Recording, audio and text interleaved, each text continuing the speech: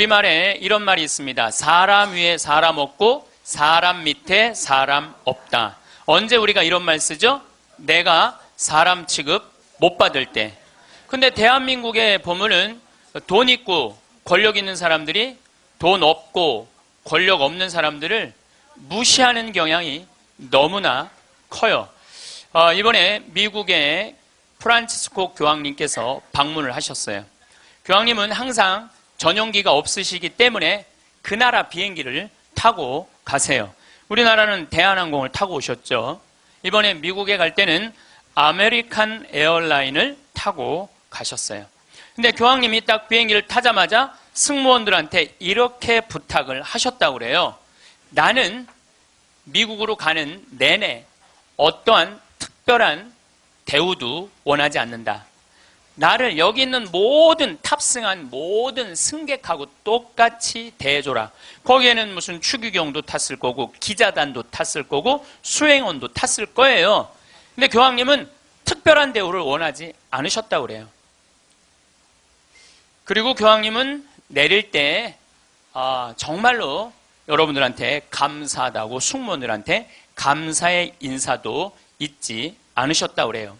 13억 명의 대표가 우리 프란치스코 교황님 아니야. 가톨릭 신자가 지금 13억 명이니까.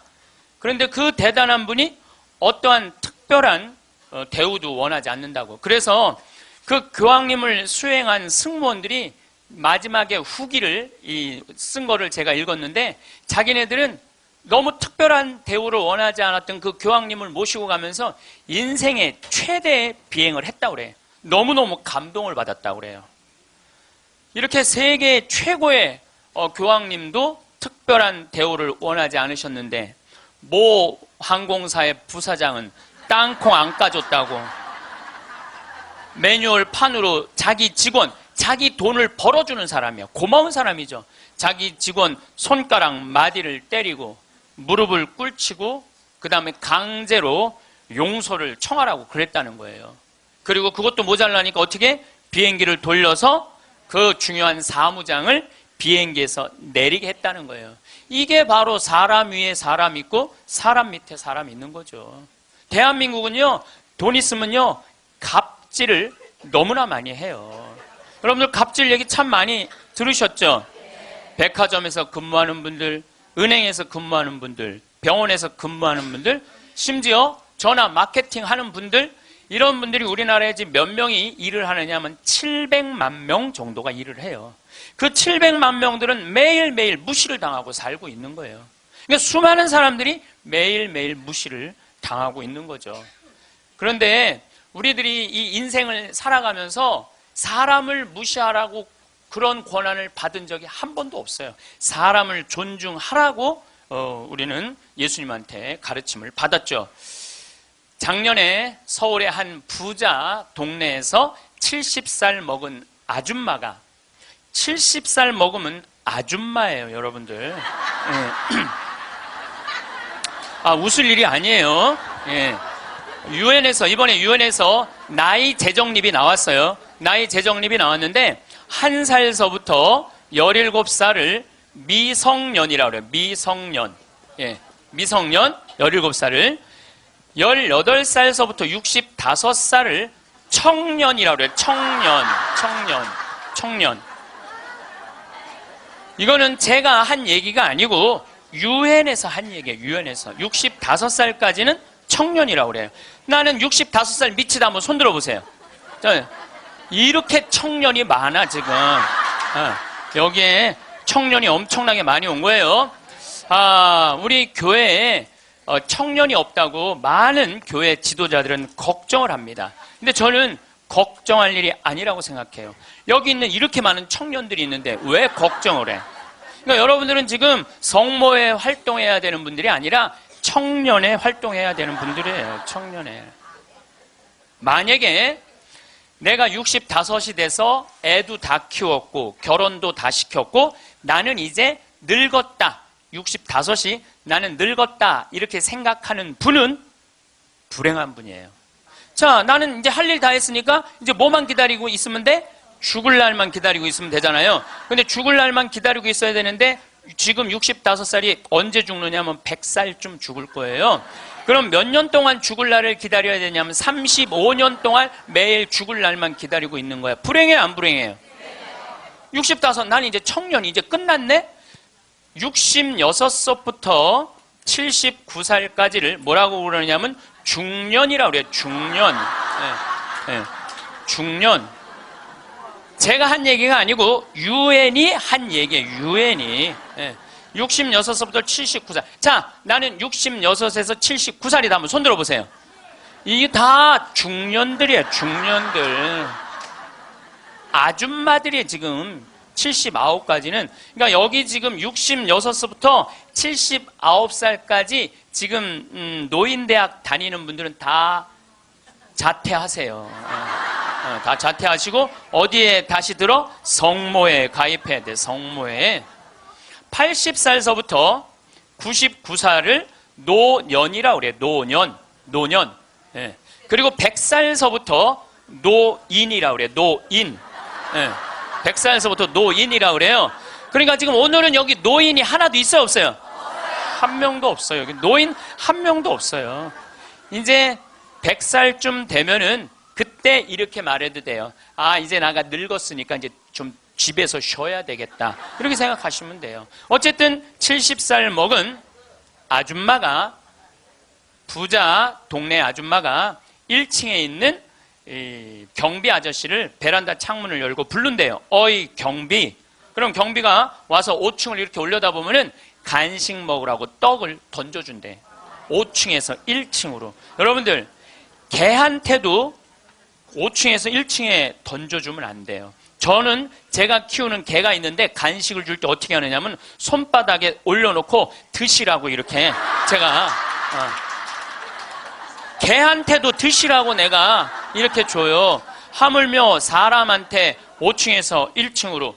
제가 그 후기를 좀 읽어보니까 그 경비 아저씨하고 친했대요. 친해서 장난으로 그랬다는 거예요. 여러분들, 본인은 장난일 수 있지만 1층에서 받아먹는 사람은 장난이 아니에요. 본인은 장난일 수 있지만 그것도 꼭 유통기한 지난 걸 줬다는 거. 유통기한 지난 거. 이게 사람 위에 사람 있고 사람 밑에 사람 있는 거죠. 오죽하면은 분신 자살을 했겠어요. 이분이 한 달 동안 피부 이식을 3번이나 했어요. 그러다가 결국 한 달 만에 죽었어요. 우리 사회는요, 돈 있으면 돈 없는 사람 무시하는 경향이 너무 커요. 며칠 전에도 뭐 수아브로스키라고 무슨 액세서리, 거기에서 어떤 사람이 와갖고 점원들한테 이거 고쳐주지 않는다고 무릎 꿇히게 하고. 여러분들, 똑같은 사람끼리 무릎을 꿇히게 한다는 게 말이 돼요? 그 사람은 그 제품을 쓸 자격이 없는 사람이에요. 돈만 있다고 좋은 제품을 쓰는 게 아니라는 거예요. 돈도 있고 그 돈을 쓸 만한 인격도 갖춰야 되는데 우리는 돈만 있고 뭐가 없어?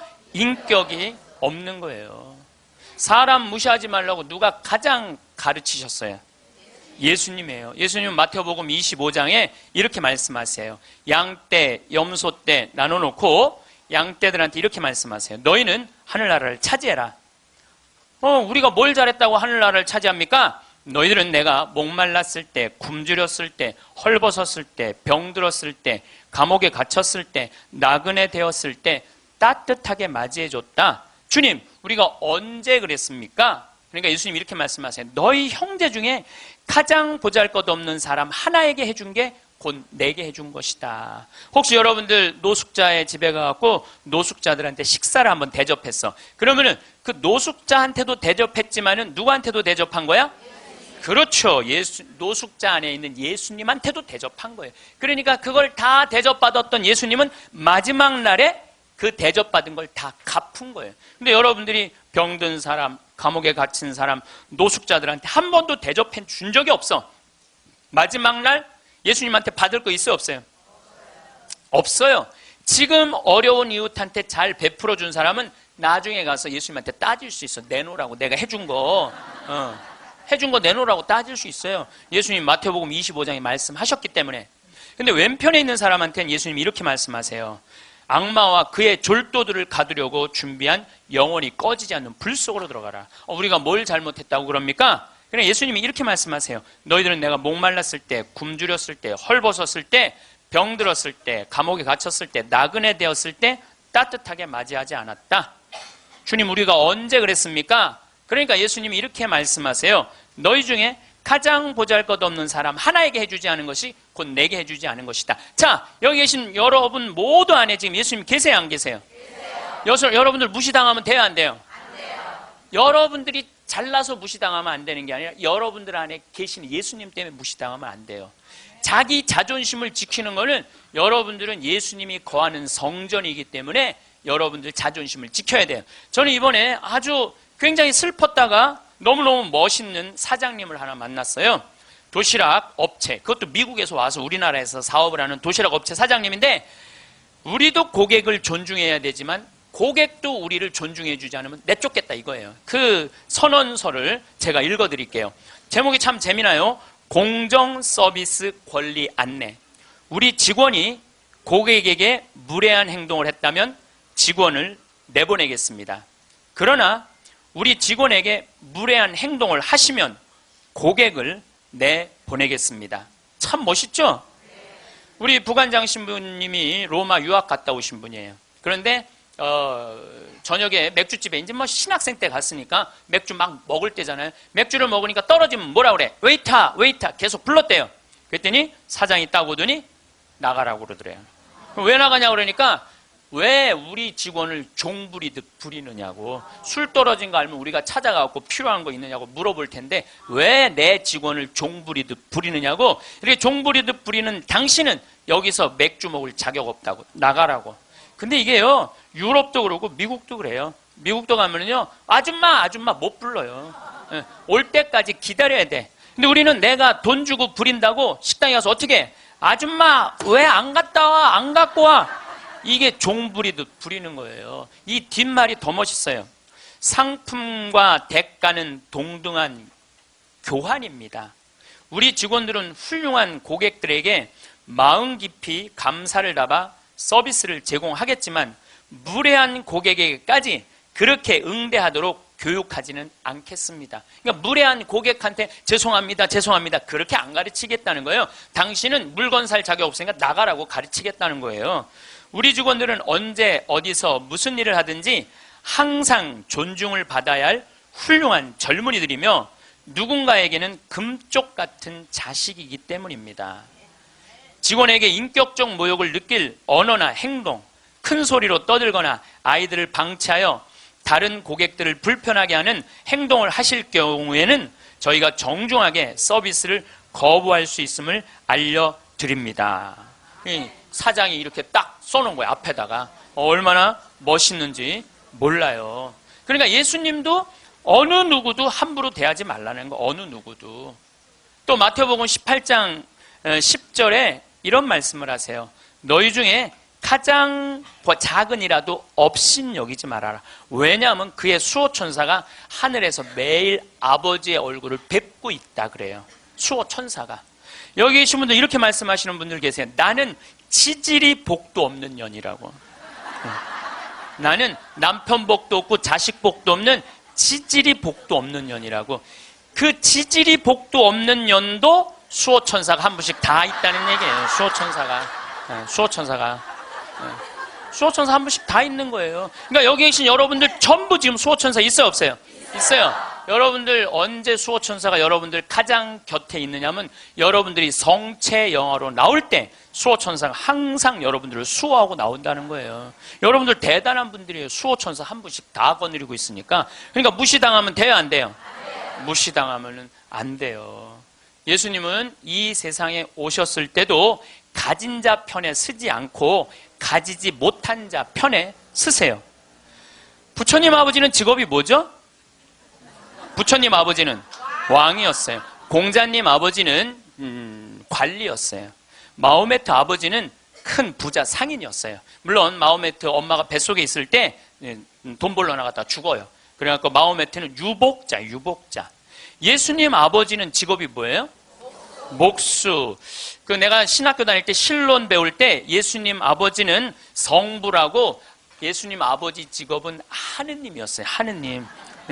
예수님 양아버지 직업은 뭐예요? 목수예요. 2000년 전에 목수는 하루에 2끼 정도 먹었다고 그래요. 그러니까 가난한 집에 태어나신 거예요. 예수님은 굳이 당신이 선택해서 올 수 있었는데 굳이 가난한 집에 택해서 오신 이유는 뭐냐면 가난한 이들과 함께 하겠다는 거예요. 그리고 당신 태어날 때 천사들이 누구를 초대하느냐면 목동들을 초대해요. 야, 삼왕은 자기네들이 찾아온 거고 예수님이 초대한 건 누구냐면은 목동들이에요. 저기 대단한 분 태어났으니까 가봐라. 그래갖고 예수님한테 처음으로 인사를 한 사람들은 목동들이야. 우리가 알퐁소 토대의 별이라는 책을 읽어갖고 목동을 굉장히 낭만적인 사람들로 알고 있는데 중동에 가보면요, 세상에 더러운 게 목동이에요.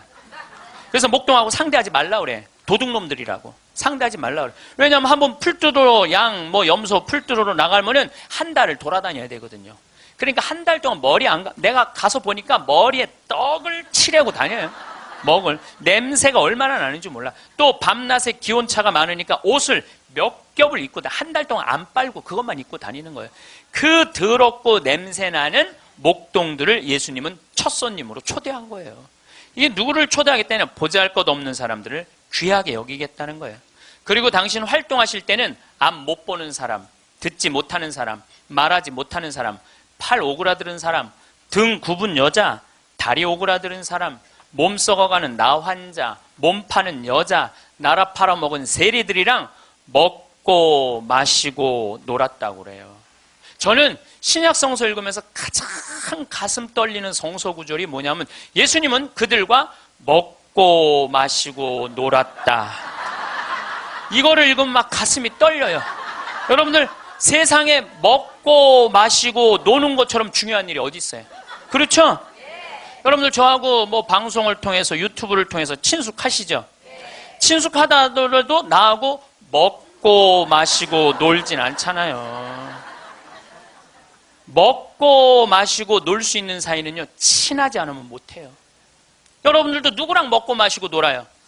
친한 사람들이랑 먹고 마셔요. 오늘 이거 끝나고 나면 길거리에 나가고 너 오늘 나하고 먹고 마시고 놀자. 길거리에 있는 사람한테 말할 수 있어요, 없어요? 귀싸대기 맞을 거예요. 여기 오늘 같이 온 친구들하고 야, 우리 오늘 강의 끝났으니까 여기 명동에 가서 우리 먹고 마시고 놀자. 친하지 않으면 못하는 거예요. 친하지 않으면은. 그리고 먹고 마시고 노는 사이는 그 사람의 속사정을 다 알아요. 그 사람이 뭘 힘들어하는지, 그 사람의 고민이 뭔지 먹고 마시고 놀지 않으면 모르는 거예요. 본당 신부도 마찬가지예요. 본당 신부할 때 5년 동안 사목을 했는데 교우들하고 한 번도 먹고 마시고 놀지 않았어. 그러면 여러분들은 본당 신부하고 추억이 있을까요, 없을까요? 없어요. 이게 웃을 일이 아니에요. 루카복음 7장 8절에 예수님은 먹보요 술꾼이라고 그래요. 먹보요 술꾼이라. 저도 본당 신부할 때 사목을 하는 기본이 뭐냐면 먹고 마시고 노는 거였어요. 사목의 기본이 먹고 마시고 노는 거였어요. 장례가 나잖아요. 그럼 저는 반드시 초상집에 갔어요. 초상집에 가갖고 장례 전날 가갖고 소주 한 병 내오라고 그래요. 그럼 상주 전부 다 오라고 그래요. 상주들하고 소주 한 잔씩 하면서 먹고 마시면서 어머니가 어떻게 살았는지, 아버지가 어떤 병으로 돌아갔는지 얘기를 다 들어요. 그리고 1시간을 그렇게 소주 한 병을 먹으면서 이야기를 하고 다음날 강론할 준비할 필요가 없어. 강론. 왜냐하면 강론 때 이 엄마가 어떻게 살았고 가족은 어떻게 하고 다 얘기할 수 있는 거예요. 먹고 마시고 놀고 왔기 때문에 공감이 되는 강론을 할 수 있는 거예요. 근데 만약에 초상이 났는데 내가 그 집에 한 번도 간 적이 없어. 그냥 장례만 딱 왔어. 그 강론은요, 그 고인들하고 남아있는 유족들하고 아무 공감대가 없는 강론을 할 수밖에 없어요. 예수님이 우리가 이 신약성서를 읽을 때 너무너무 착착 쉽게 와닿죠? 왜 우리가 쉽게 알아들을 수 있는지 아세요? 예수님이 우리랑 먹고 마시고 놀았기 때문이에요. 이게 얼마나 가슴 설레는 성서구절인지 몰라요. 어떤 가르침보다 위대한 말이 뭐냐면 예수님은 그들과 먹고 마시고 놀았다예요. 저도 87년도에 시각장애자들하고 1년 동안 여기 상계동에서 먹고 마시고 놀아봐서 87년도에 내가 그분들하고 1년 동안 살면서 물어봤어요. 여러분들은 살면서 뭐가 가장 힘드냐고 그랬더니 그분들이 하는 얘기가 가장 힘든 게 뭐냐면 내 몸으로 난 자식 얼굴을 모르는 거래요. 내 몸으로 난 자식 얼굴을 모르는 거예요. 여러분들은 애들 어때요? 애기 나오면은 이뻐요, 안 이뻐요? 막 100일, 200일 된 애들 보면 손가락 보면 어때요? 기가 막히죠? 그러니까 엄마들, 애기 엄마들 보면 막 애 손도 막 먹고 발도 막 먹잖아요. 막 먹어 보니까 먹을 기세야. 먹을 수만 있으면은. 너무너무 좋으니까. 그리고 그냥 눈에 티만 들어가도 막 뭐 이거 비벼내고 그러는데 나한테 한다는 애가 신부님, 이만한 애를 눈에 넣어도 안 아프대. 눈에 넣어도 안 아프대. 이걸 넣는데 어떻게 안 아파. 눈알이 터지든지 뭘 하든지 해야 될 거 아니야. 눈에 넣어도 안 아파. 그렇게 좋다는 거야. 그렇게. 아기를 보는 기쁨은요. 그건 세상에 돈으로 살 수 없는 기쁨이에요. 우리 집에도 드디어 조카가 장가를 가서 딸을 낳았어요. 로사라는 나는 이제 할아버지가 됐어요. 조카 손녀가 있어. 조카 손녀가. 근데 그 집에 가보면 참 볼만해요. 증조 할머니, 증조 할아버지, 할머니, 할아버지, 엄마, 아빠 여섯이서 둘러서갖고 얘가 이제 막 돌 며칠 전에 지났거든요. 얘는 가만히 보니까 아무것도 안 해. 그런데도 여섯이서 둘러서갖고 그냥 쳐다보고 있다가 눈만 뜨면 뭐라 그러냐면 눈 떴다. 눈 뜬 게 뭐 이렇게 대단한 일이라고. 6명이 둘러앉아갖고 눈 떴다고 난리를 치고 거기다가 얘가 빵긋 웃기만 하잖아요. 그러면 그때부터는 애가 재롱을 피는 게 아니에요. 증조 할머니, 증조 할아버지부터 재롱을 피기 시작해. 오르르 깍꿍. 이게 누가 재롱 피는 거야? 내가 보기엔 지들이 재롱 피면서 얘가 재롱 핀다는 거야. 시간 가는지 모른다는 거야. 내가 보기엔. 자기네들이 재롱 피고 얘는 그냥 껌뻑껌뻑 쳐다만 보는데. 이 애기를, 그래서 애들은 1살 때 평생 할 효도를 다 한다는 거예요. 1살 때. 여러분들 그때 그 기쁨 평생 애들은 2살 때부터 효도 안 해요. 왜 효도 안 하는 줄 아세요? 1살 때 이미 다 했어. 그런데 뭘 2살 때부터 해. 혹시 지금 30살 된 자식들이 효도 안 한다고 섭섭한 그분들은 욕심이 너무 많은 거예요. 이미 그 기쁨을 다 누린 거예요. 근데 그분들은 자기 애들을 어떻게 알아보느냐 하면 손으로 만져서 눈이 이렇게 생겼고 코가 이렇게 생겼고 입이 이렇게 상상할 수밖에 없어요. 네, 상상할 수밖에 없어요. 또 한 번은 도봉산 성당에서 우리 시설 분들을 초대를 해갖고 식사 대접을 했어요. 정말 내가 가서 보니까 상다리가 부러지게 차려놨어. 그런데 옆에 있던 형제가 나한테 그러는 거야. 학사님, 우리는 이렇게 상다리가 부러지게 차려놔도 아무 소용이 없다는 거예요. 왜 소용이 없냐? 그랬더니 보여야지 골라 먹죠. 어디 있는 줄 알아야지. 냄새는 나는데 어디 있는지 알아야지 골라 먹죠. 그러니까 옆에 봉사자들이 한 분씩 앉아갖고 고등어 들어갑니다. 두부 들어갑니다. 김치 들어갑니다. 그래야지 먹는 거예요. 근데 우리 생태마을에 딱 음식 차려놓으면은 막 김치, 뭐 고등어 막 이제 묵은지 절여놓은 거 막 이분들 막 입에 군침이 돈대. 딱 보면은 막 깍두기 쫙 빨갛게 해놓고 막 김치찌개 두부 딱 올려주면 입에 군침이 돈다는 거예요. 우린 눈으로 먹는 거예요. 먼저 눈으로 먹고 입에 군침이 도는 거예요. 이걸 영어로 뭐라고 그러냐면 My mouth is watering 그래요. 네. 군침 돈다. My mouth is watering. 네, 군침이 도는. 근데 그분들은 눈으로 먹는 기쁨이 없는 거예요. 여러분들 뭐가 지지리 복도 없긴 뭐가 지지리 복도 없어. 이 눈으로 벌써 음식을 먹는데 이거 눈알 하나 갈아 끼는데 2개 갈아 끼면 2억인데 2억을 끼고 지지리 복도 없는 년은 무슨 지지리 복도 없는 년이에요.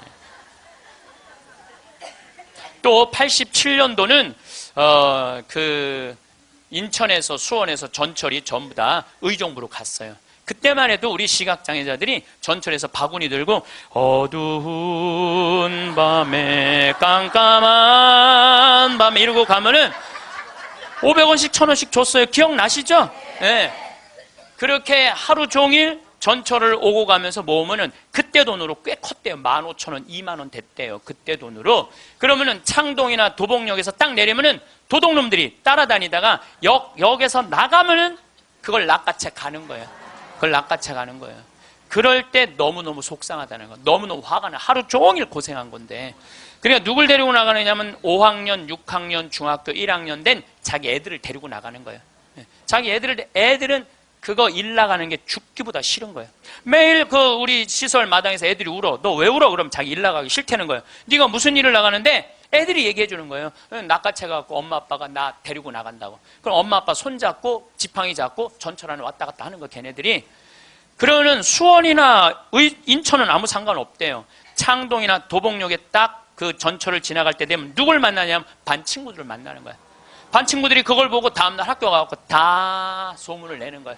제 엄마 손잡고 구걸하러 다닌다고. 얼마나 그 나이에 자존심이 상해요. 그러니까 내가 그들과 1년 동안 먹고 마시고 놀지 않았으면 그분들의 아픔을 몰랐을 거예요.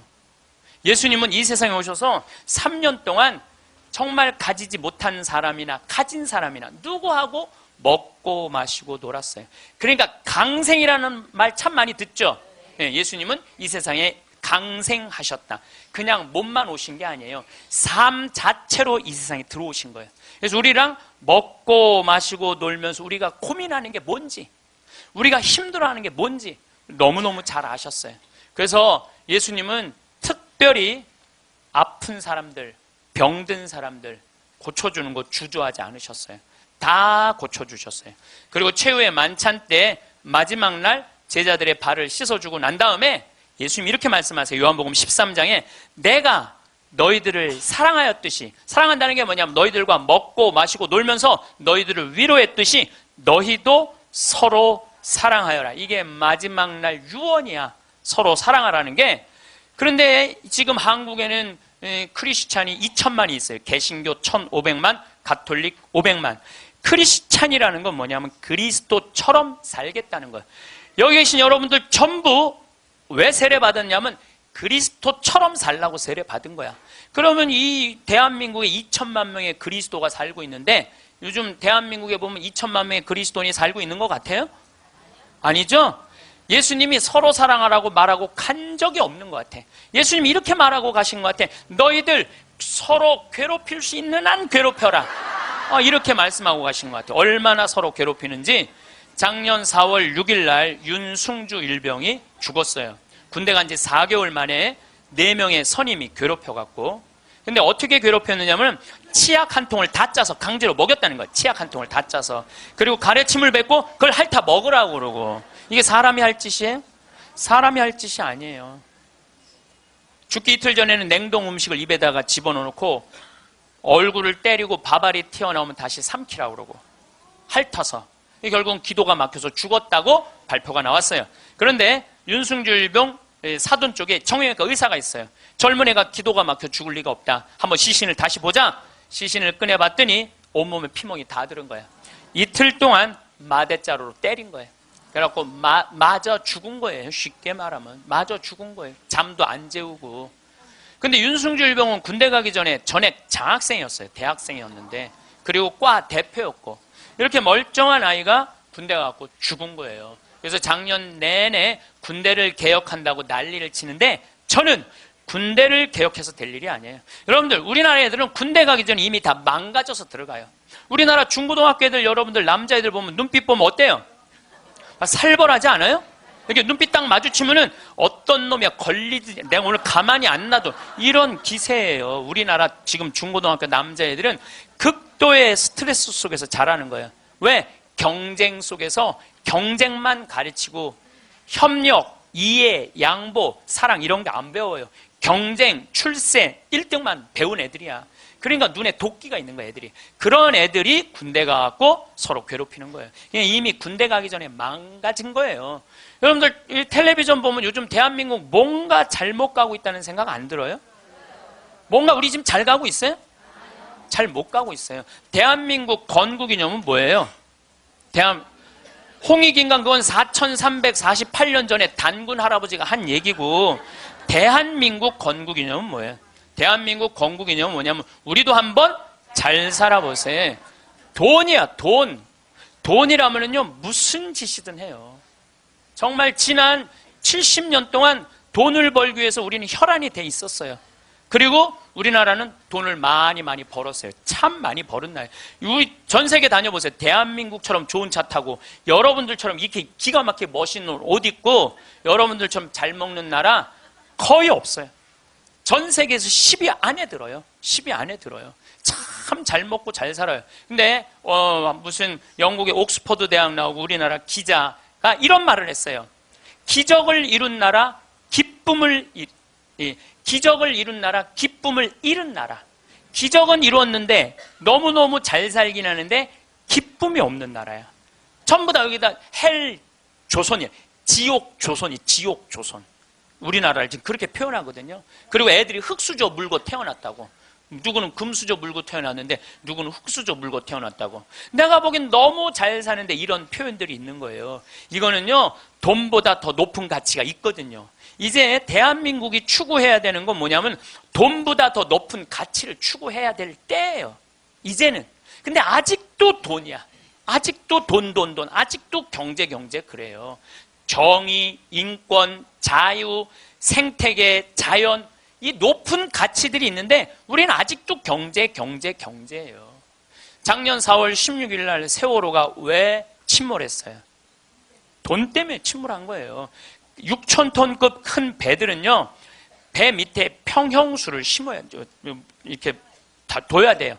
근데 우리는 4분의 1밖에 평형수를 안 담고 4분의 3은 뭐 실은 거야? 돈 실은 거예요. 돈. 그러니까 304명이나 죽었죠. 단원고등학교 아이들 249명, 피어보지도 못한 그 꽃들이 249명이 죽었어요. 이게 대한민국 모두의 책임이에요. 세월호의 책임만이 아니라는 거예요. 어른 55명이 죽은 거예요. 돈 때문에. 핀란드라는 나라는 건국이념이 뭐냐면 나눔이야, 나눔. 이 나라는 러시아의 100년 지배를 받아요. 100년 지배를 받으면서 독립을 해요. 국민들이 모여갖고 우리 진짜 잃었던 나라를 찾았으니까 이 나라를 어떻게 건설해 나갈 것이냐? 국민들이 그래요. 콩알 한쪽이라도 나눠 먹자. 그래서 이 나라는요, 가난했을 때부터 나누기 시작하고 지금까지도 잘 나눠요. 지금까지도. 지금 국민소득 6만 달러예요. 이 나라는 초등학교, 중고등학교 전액 무상교육이에요. 근데 더 놀라운 건 대학생들도 전부 공짜로 대학 다 다녀요. 그리고 기숙사도 다 공짜야. 시골에서 헬싱키로 공부하러 올라왔어. 그러면은 기숙사비 다 국가에서 다 대줘요. 근데 더 놀라운 건 대학생들이 돈이 없어갖고 아르바이트 할까봐, 책 사볼 돈이 없어서 아르바이트 할까봐 아르바이트 하지 마라, 공부해. 그러면서 책값 하라고 모든 대학생들한테 한 달에 43만 원씩 용돈을 줘요. 모든 학비도 안 되는데 용돈도 줘. 이 나라는 석박사까지 공짜예요. 프로그램 참여하면 석박사까지 다 공짜야. 그러려면 뭘 많이 내야 돼? 세금을 많이 내야 되잖아요. 이 나라는 한 700만 원 정도 월급 받는 사람들이 세금을 얼마를 내냐면 320만 원 정도 내요. 이 정도 내야지 대학생들한테 용돈까지 주죠. 자, 이제 대한민국도 애들이 등록금 못 내갖고 지옥이라고 그러잖아요. 그러니까 이제 어른들, 애들, 대학생들 등록금 공짜로 해주기 위해서 700만 원 버는 사람들 320만 원 돈 내십시오. 낼 것 같아, 안 낼 것 같아요? 여기다가 빨간 띠 두르고 결사 반대. 박근혜 정부는 자폭해라. 막 이러고 아마 할 거예요. 네. 누가 대한민국이 정이 많은 나라래? 저는요, 대한민국 정 많은 나라라는 거에 동의할 수 없어요. 왜냐하면 정이 많은 나라가 해외 입양 1위를 해요. 우리나라가 해외 입양 1위예요. 제가 지난 여름에 유타라는 곳에 강의를 다녀왔는데 거기 가보니까요, 몰몬 교도가 많은 데예요. 저녁에 식당에 갔는데 엄마 아빠는 백이냐. 근데 애들은 누가 봐도 우리나라 애들이에요.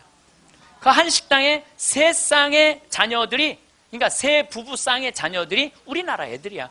나는 대한민국의 어른으로서 걔네들한테 너무너무 미안하더라고요. 전 세계에서 해외 입양 1위가 대한민국이에요. 2위가 어딘 줄 아세요? 필리핀이에요. 3위가 우간다, 4위가 인도, 5위가 우즈베키스탄이에요. 그리고 그 나라들에 비하면 우리나라는요, 2배, 3배 잘 사는 나라예요. 2배, 3배 잘 사는 나라에서 해외 입양 1위를 하고 있는데 정이 많은 나라예요? 정이 많은 나라 아니에요. 또 제가 요즘 잠비아 도와준다고 한 3년 동안 한 10억 정도 잠비아 도와줬어요. 가서 뭐 이제 농장도 한 20만 평 꾸며주고 소도 돼지도 닭도 옥수수밭도 감자밭도 다 해놨어요. 근데 나한테 전화해갖고 이렇게 항의하는 분들 참 많아요. 대한민국에도 굶어 죽는 사람 많은데 뭐하러 아프리카까지 가서 도와주느냐고. 정신 있는 거냐 없는 거냐 나한테 이렇게 전하는 분들 참 많아요. 여러분들 우리나라가요 6.25 전쟁 끝나고 난 다음에요 미국에서요 밀가루 받아서 먹고 살았어요. 밀가루. 그래서 우리 천주교하고 밀가루하고 인연이 많아요. 정부를 못 믿으니까 밀가루를 어디다 줬어? 성당에 다 갖다 줬어요. 그래서 성당에서 나눠줬어요. 그래서 옛날에는 밀가루 받아 먹으려고 세례 받는다 그래서 밀가루 신자라는 말까지 나왔어요. 그렇게 우리가 그 배고픈 시기를 미국에서 원조 받아갖고 버텨냈어. 그럼 세계에서 9번째로 1조 달러가 넘는 나라가 9나라인데 우리나라가 9번째 1조 980억 달러예요. 그렇게 잘 사는 나라가 아프리카의 나라 도와주는 건 당연한 거예요. 받았으면 줘야지. 받고 우린 꿀떡하고 끝나고 있어요. 근데 그게 OECD 국가 중에 가난한 나라 안 도와주기로 우리나라가 1등이에요. 뭐가 정이 많은 나라예요. 말로만 정 많으면 다예요. 정이 많은 나라가 아니에요. 내가 지지난주에 동창 모임에 사회복지시설 운영하는 신부님을 만났어요. 기가 막힌 얘기를 들었어요. 어떤 얘기를 들었느냐면은 서울의 한 시내 한복판에 지적장애자들 작업장을 학교에 중학교에 만들려는데 주민이 반대하는 거예요. 그랬대요. 우리 동네 쓰레기 처리장은 들어와도 지적장애자 작업장은 못 들어온다. 참. 아니 걔네들 얼마나 이 삶에 목말라 하는 애들인데 걔네들을 우리 동네에서 받아들였고 우리 동네에서 보호를 해줘야지. 심지어 어떤 주민은 이렇게 말했다고 그래요. 우리 동네 핵시설은 들어와도 지적장애자 시설은 못 들어온다. 이게 우리가요 철저하게 이기적인 거예요. 님비라고 그래요. 님비. 요즘 우리 평창에는 동계올림픽 때문에 도로가 뻥뻥 나요. 근데 우리 생태마을 바로 옆에 도로가 나요. 근데 거기를 터널을 뚫어요. 강의 중에 다이나믹 터질 때 막 건물이 울려요. 그래서 사람들이 와서 나한테 그래요. 신부님 저렇게 바로 터널을 뚫는데 반대 안 하시느냐고. 내가 이렇게 말해요.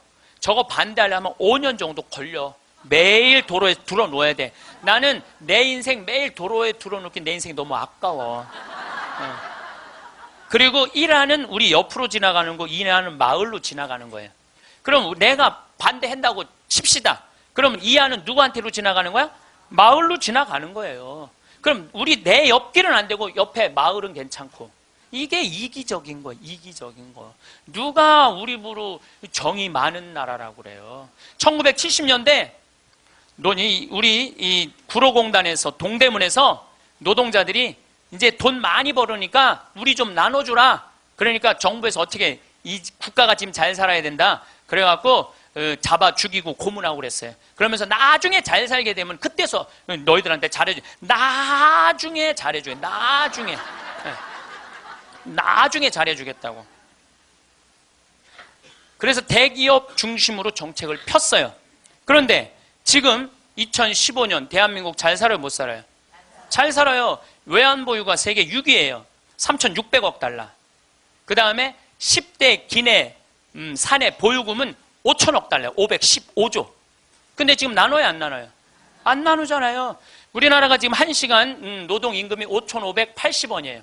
이거 노동자들이 10,000원으로 해달라고 그랬어요. 근데 올해 6,030원 했어요. 6,030원. 내년에 1시간이 6,030원이에요. 그러면 우리나라하고 비슷한, 경제 규모가 비슷한 이탈리아는 얼마예요? 10,000원이에요, 10,000원. 이탈리아, 스페인 10,000원이에요. 우리보다 조금 잘 사는 프랑스는 12,000원. 독일은 13,000원. 미국은 2020년에 모든 노동자들한테 1시간에 17,000원 주기로 국회에서 결의를 했어요.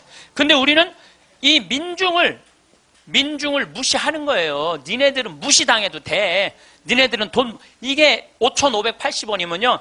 한 달 22일 일하면 얼마 버는 줄 알아요? 98만 원 받는 거예요. 98만 원. 그거 갖고 먹고 살라는 거예요. 기업에는 515조나 있으면서 안 내놓는 거예요. 세금으로. 세금으로 안 내놓는 거예요. 그냥 가지고 있는 사람만 더 부자가 되는 거예요. 가지고. 얼마 전에 우리 삼성이 아시아 최고의 부자 가문이 됐대요. 저는 그걸 읽으면서 너무너무 창피했어요. 왜 너무너무 창피했느냐 하면은 우리나라는 경제 규모가 1조 달러야. 일본은 6조 달러, 중국은 14조 달러야. 그럼 최고의 부자는 일본이나 중국에서 나와야지 우리나라에서 나와요. 이 얘기는 뭐냐면 삼성이 회사 운영을 잘하기도 했지만 중소기업, 하청업체들한테 1,000원 주고 500원 주고 그 나머지 500원 갖고 세계 아시아 1위 된 거예요. 다 같이 잘 살아야지 잘 사는 거지 한 기업만 잘 산다고 잘 사는 게 아니에요. 그리스가 왜 망했어요?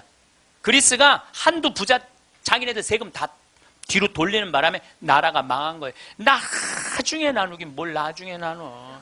노동자들이 잘 살아야지 국가가 잘 사는 거예요. 호주만 해도 광부들이 연봉이 얼마냐면 1억 2천이에요. 광부들이.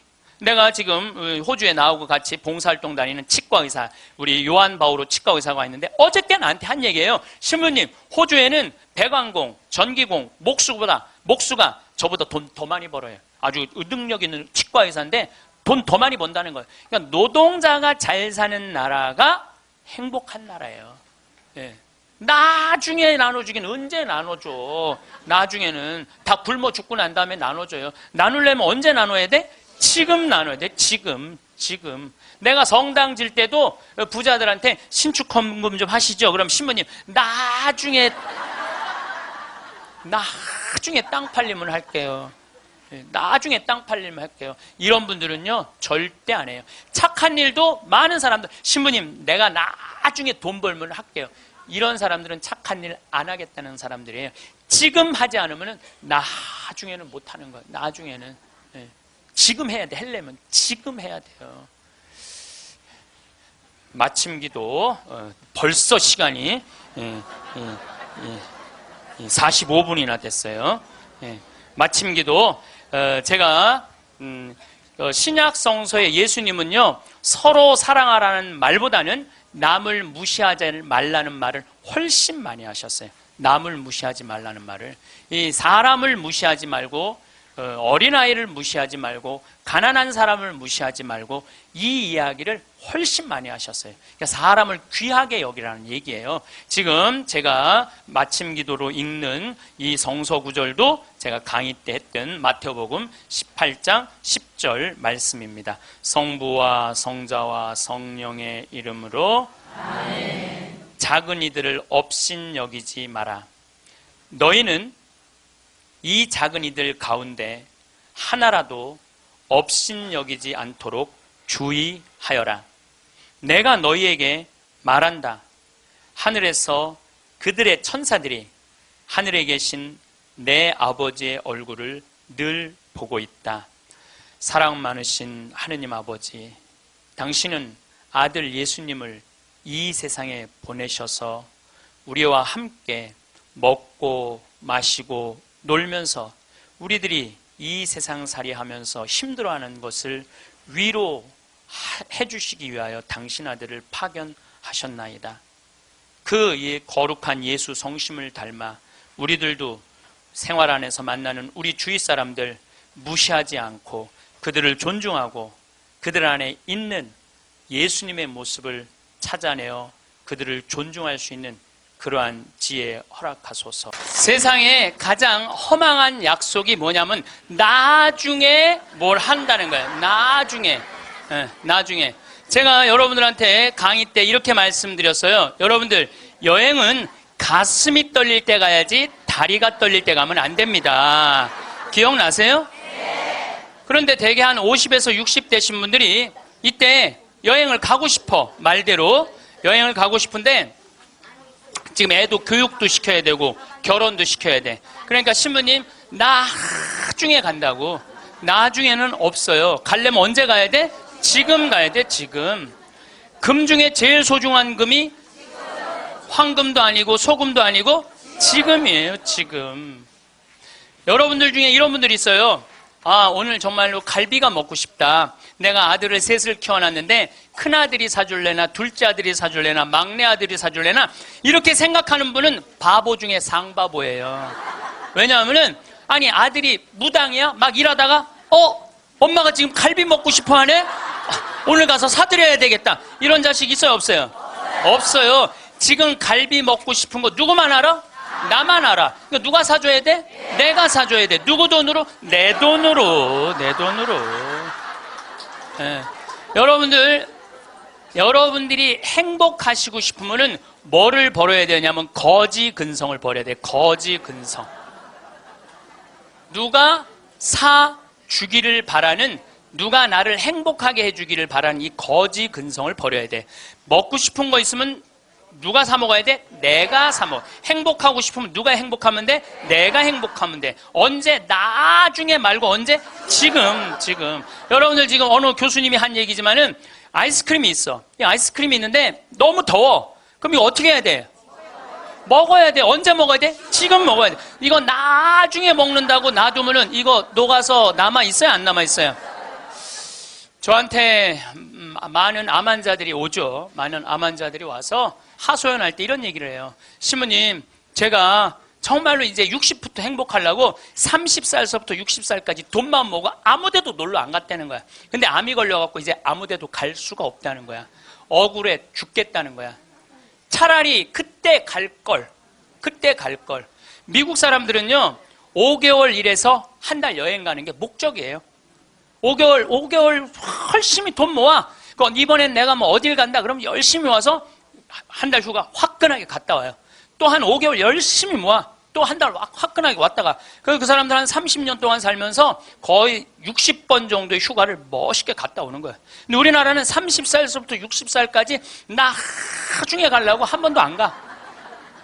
근데 덜커덕 뭐가 걸려? 암이 걸려갖고 이거 뭐 죽을지 살지 모르는 그런 상황에 들어가는 경우가 많다는 거예요. 행복하려고 그러면 언제 행복해야 돼? 지금 행복해야 돼. 지금. 나중에는 기다려주지 않는다는 얘기예요. 그래서 투자를 하고 싶어도 여러분들이 가장 어리석은 투자가 뭐냐면 주식 투자예요. 주식 투자.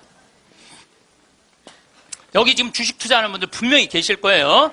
자, 주식 투자를 할 동안은 돈 써요? 못 써요? 못 써요. 그런데 제가 모 은행의 지점장들 300명한테 강의를 한 적이 있어요. 근데 그분들이 나한테 이렇게 말을 해요.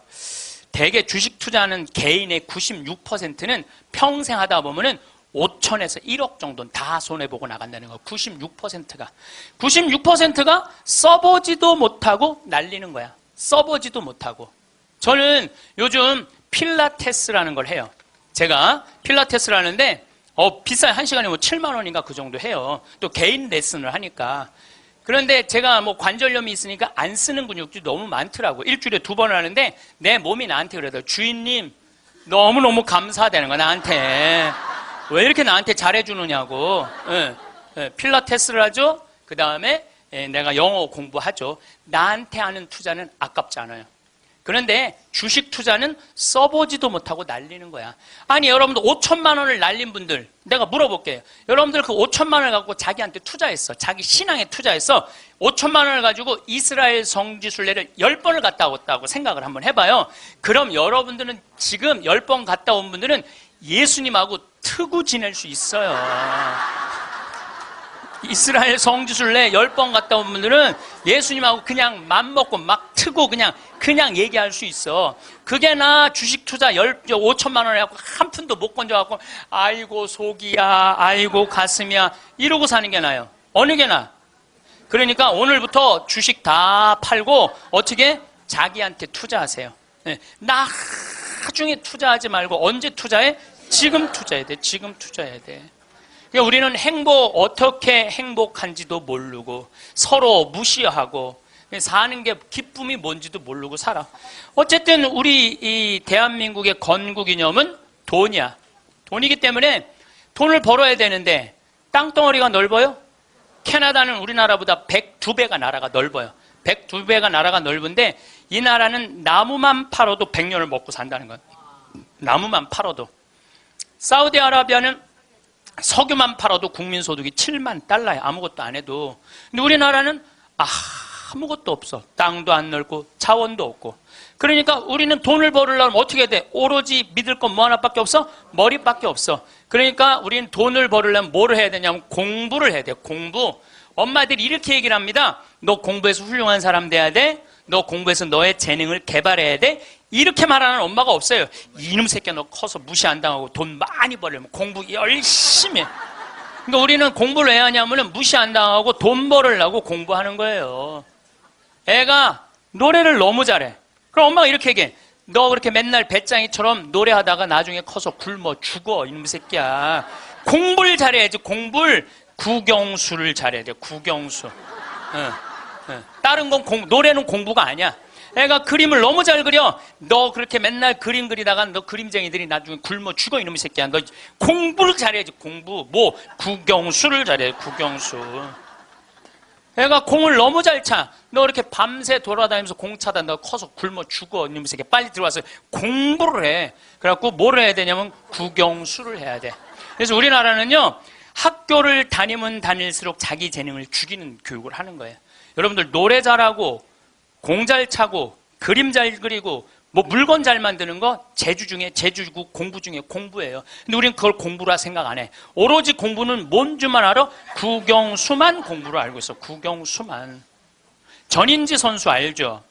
전인지 선수 골프 선수예요. 키가 175cm에 나보다 10cm가 더 커요. 나는 원래 167cm였는데 줄었어. 2cm가 줄었어. 나보다 어쨌든 10cm가 더 커요. 지금 현실적으로는. 그런데 이 전인지 선수가 올해 US 오픈, 일본 오픈, 한국 오픈, 또 한국에서는 5승을 했어요. 그래갖고 올해 21살짜리가 벌은 돈이 20억이 넘어요. 한 해만. 근데 전인지 선수는 초등학교 5학년 때 우리나라 12,000명 수학 경시대에서 모여갖고 똑똑한 애들 모여갖고 수학 경시대 중에 1등한 애, 대상 받은 애, IQ가 무려 138이에요. 근데 이 아버지는 태권도 선수였던 아버지는 전인지 선수를 공부를 가르치고 싶지 않았어요. 골프를 가르치고 싶었어요. 그래갖고 오전 수업 끝나고 골프 연습장 보냈어요. 오전 수업 끝나고 골프 연습장 보냈어요. 교감 선생님이 난리가 났어요. 아니 이 천재를 왜 수학연재를 운동을 시키느냐. 수학을 가르쳐야지. 그랬더니 조퇴를 계속 해주는 거야. 수업을 안 해주고 오전 수업하고 골프 연습장 가면 조퇴. 오전 수업 끝나고 골프 연습장 가면 조퇴. 수업을 안 쳐줬어요. 그러니까 이 아버지가 참 대단한 아버지야. 내가 보기엔 충청도 서산에 있는 초등학교 자기 딸을 제주도 광양초등학교로 전학을 시켜버려요. 골프 가르치고 싶다고. 그래갖고 전인지 선수는 이렇게 훌륭한 선수가 됐어요. 여러분들 전인지 선수가 지금 수학 영재로 매일 학원에 막 새벽 1시, 2시까지 공부하고 그리고 뭐 특목고등학교 들어가고 서울대 합격했다고 칩시다. 매일 공부한 전인지 선수가 어떨 것 같아요? 안경 이렇게 두꺼운 거 끼고 분명히 그랬을 거예요. 안경 두꺼운 거 끼고 허리는 약간 꾸부정해갖고 머리도 이상하게 해갖고 이러고 전인지 선수가 또 얼마나 예뻐요. 근데 그 미모도 다 없을 거야. 그냥 이러고 지금 서울대학 새벽 2, 3시까지 수학 문제 푸느냐고 그러고 앉아 있을 거예요. 그게 나요? 파란 잔디밭에서 드라이브 쫙 치면은 뒤에서 이 관중들이 굿샷 하고 한 번 US 오픈에 9억 딱 버는 게 어느 게 나요? 4일 동안 9억 버는 게. 이번에 부시 전 대통령이 한국에 와서 전인지 선수랑 골프를 치고 갔어요. US 오픈자는 그렇게 VIP랑 골프를 쳐야 되나 봐요. 자, 여러분들 이 골프를 칠 때는 부시 대통령이 영광일까요? 전인지 선수가 영광일까요? 부시가 영광이죠. 어떻게 지가 US 오픈자랑 골프를 쳐요. 전인지 선수가 지금 수학했으면 부시 대통령 와서 만날 것 같아요? 안 만날 것 같아요? 누군지도 몰라요. 이제는요. 공부 잘한다고 행복한 시대는 끝났어요. 자기 재능을 잘 키우는 사람이 행복한 시대가 온 거예요. 꼭 1등 한다고 행복해? 1등 한다고? 꼭 1등 한다고 행복해요? 나는 고등학교 다닐 때 전교 610명 중에 597등 한 사람이야. 597등. 내 뒤에 딱 13명 있었어. 13명. 고등학교 1학년 때 정말 내 성적이에요. 그런데 작년이 내가 고등학교 졸업한 지 30년 되는 해, 작년이. 30년이 되면은 홈커밍 데이 행사를 한대요. 홈커밍 데이 행사라는 건 뭐냐면은 30년 만에 고등학교 졸업한 친구들끼리 다 모여, 호텔에서. 그래갖고 선생님 모셔다가 절도 하고, 그 다음에 누가 출세했는지, 누가 돈 많이 벌었는지, 누가 잘 사는지 못 사는지 확인하는 행사래요. 그게 나는 작년에 처음 들었어. 그런 게 있는 줄. 왜냐하면 난 고등학교 졸업하고 동창 모임을 단 한 번도 나간 적이 없어요. 왜냐하면 길이 다른데. 기숙사 생활 막 7년 하고 신학교 10년 하고 신부됐는데 친구들을 만날 일이 하나도 없었어요. 근데 내가 졸업한 고등학교는 지금 현역 국회의원이 3명 있어요. 당 대표도 하나 있어요. 우리 학교 졸업생 중에. 예, 현역 국회의원이 3명이나 있어요. 그래서 우리 시의 시장님도 우리 학교 5년 선배야. 나하고도 아주 친해. 나하고도 아주 친해. 그러니까 명문이죠, 명문. 근데 이제 뭐 음악회도 하고 그 호텔에 모여갖고 하는데 초청 강의 시간이 있대요. 근데 동창들이 모여서 회의를 했대. 우리 학교 졸업생 중에 가장 훌륭하게 된 사람이 누구냐? 그 사람을 데려다가 강의를 듣자. 근데 나래, 나 597등. 아니 1등을 데려다가 듣지 왜 597등을 데려다 들어? 그거는 우리 학교 출신 중에는 정부에서는 현재 차관까지 올라가 있는 친구가 있대요. 차관까지. 꽤 명문 학교죠. 훌륭하게 된 사람은 나보다 훨씬 많아요. 근데 우리 친구들이 훌륭하게 된 사람을 초청한 게 아니에요. 자기가 하고 싶은 것 사는 사람을 초청한 거. 왜냐하면 난 중고등학교 때 가장 하고 싶었던 게 신부님이에요. 너무너무 신부님이 되고 싶었어요. 그래서 597등 가지고는 신학교 원서도 못 내는 거. 원서도 어디다가 원서를 내. 그래서 오로지 신학교 가고 싶은 그 욕구에 공부 열심히 했어요. 그래서 고등학교 2학년 때는 전교 25등까지 올라갔어요. 전교 25등. 이것도 진짜고 이것도 진짜예요. 네. 근데 내가 나온 고등학교는 그때만 해도 서울대 연고들 1년에 100명씩 갔어요. 1년에 100명씩. 그렇게 성적이 좋았는데도 나는 서울대 연고대 관심도 없었어요. 오로지 어디만 관심이 있으면 신학교. 내 최고의 목표는 신학교예요. 신학교 합격을 했는데 온 세상을 다 얻은 것 같았어. 온 세상을. 그리고 신학교 7년 동안 정말 행복하게 지냈어요. 아니 먹여주지, 재워주지, 얼마나. 그리고 신경 하나도 안 쓰게 여자도 못 만나게 하지. 얼마나 좋아. 얼마나 행복해요. 그 서품을 받았는데 보좌신부 3년을 했는데 16,000명 본당, 14,000명 본당, 5,000명 본당 보좌신부를 했어요. 근데 우리 천주교 교우들 보좌신부 바라보는 눈이 어떠냐면 하트야, 하트. 얼마나 보좌신부를 사랑해요. 그 28, 29, 30살에 그렇게 사랑받을 수 있는 젊은이가 얼마나 됐어요. 만약에 내가 장가를 갔다면은 그때 맨날 마누라한테 두들겨 맞으면서 마누라가 그래서 나가 죽어! 그렇게 살 거면 맨날 그런 소리 들었을 거야. 그런데 사제가 되니까 그렇게 사랑을 받고 본당부 신부 10년 동안은 교우들이 나를 떠받들고 업고 다녔어요. 정말 나는 평택 비전동, 경기도 광주 오포 능평성당 두 본당의 교우들한테 정말 감사해요. 부족한 것이 참 많은 신부임에도 불구하고 정말로 전 세계에서 대한민국 교우들처럼 신부들한테 잘하는 교우가 어디 있어요. 10년도 행복하게 지냈죠. 그리고 이제 강원도 평창에 가서 산 지 12년이 되는데 정말 요즘 같은 경우는요, 아침에 마당에 딱 서면 물 한 개 펴요. 밤낮 기온차가 있을 때 물 한 개가, 여러분들 물 한 개 피는 거 어떤 거 모르죠? 쫙 피어올라요. 그냥 눈에 보여요. 그리고 단풍이 쫙 있지. 마당에 생태마을 마당에 딱 앉아서 강을 내려다보면 근심 걱정이 하나도, 걱정할 게 뭐 있어? 마누라가 있어, 자식이 있어. 근심 걱정이 하나도. 얼마나 행복해. 그러니까 친구들이, 동창들이 와서 나한테 와서 보는 거, 야, 너 정말로 행복해 보인다. 왜냐하면 하고 싶은 일을 하니까. 하고 싶은 일을 하니까 행복한 거예요. 1등이 행복한 게 아니에요, 여러분들. 정말 행복한 거는요, 꼴등도 행복한 나라가 행복한 거예요. 1등이 행복한 나라는 행복한 나라가 아니에요. 작년에 서울에 또 잘 사는 동네에 48살 먹은 명문 사립대 나온 사람이 자기 부인 43살 부인 죽이고 13살, 8살 딸 목 졸라 죽였어요. 아시죠? 근데 이 집이 아파트가 11억이래. 11억인데 이 주식 잡아서, 근저당을 잡아서 5억을 날렸대요. 5억을. 그리고 6억이 남은 거죠. 그런데 이제 날리고 난 다음에 왜 죽였느냐? 더 이상 강남에서 최고의 생활을 할 수 없다면 얘네들이 자괴감을 느낄 거라는 거야. 이렇게 사느니 차라리 죽는 게 낫다고 그러고 부인도 목 졸라 죽이고 딸들도, 멀쩡한 딸들도 목 졸라 죽인 거예요. 그러면 11억 아파트에 5억 날리면은 얼마 남는 거예요? 6억 남죠? 부인 통장에 3억 현찰이 있었대. 부인이 차분히 돈을 모아놔서. 그럼 9억이야. 꼭 강남에서 살아야 돼? 그 9억을 가지고 평창에 와서 살면은요, 평창에 와서 살면요, 갑부예요.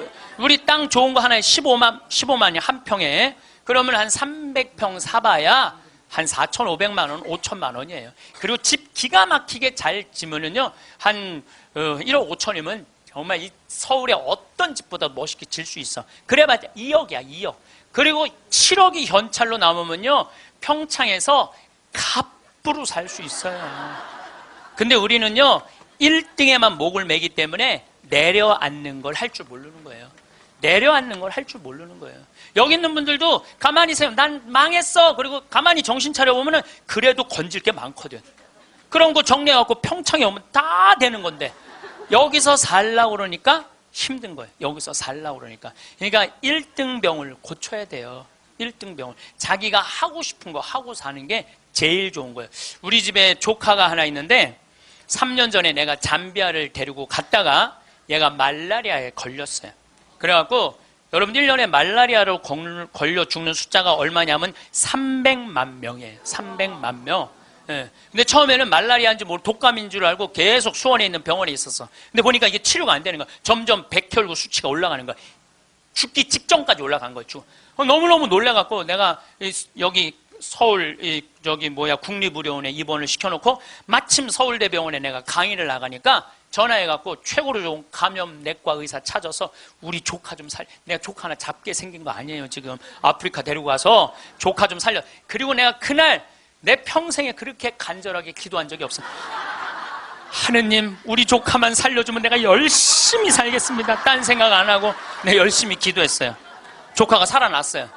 기적같이 살아났어요. 정말 죽으려고 그러는 애가 살아났어요. 근데 얘가 그 말라리아 걸리기 전에는 화학과를 다녔어요. 근데 별로 행복해 보이지 않더라고, 애가. 화학과를 다녔던 애가.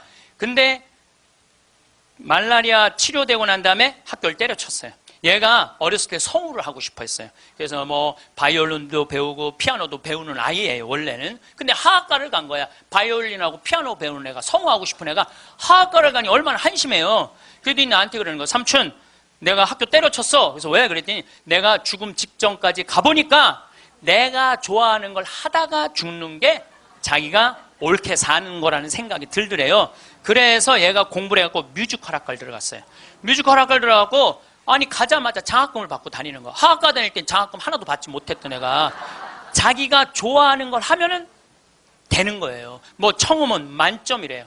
이번 축일 때 얘가 우리 생태마을에 와갖고 저 삼촌 때문에 내가 인생이 바뀌었다 그러면서 노래를 하는데요. 정말로 웬만한 기성 그 뮤지컬 가수보다도 정말 잘한다고 하면 좀 문제가 있겠지만 절대 노래를 기가 막히게 잘하더라고. 얘가 노래를 얼마나 잘하는지 얘가 나하고 목소리가 똑같아.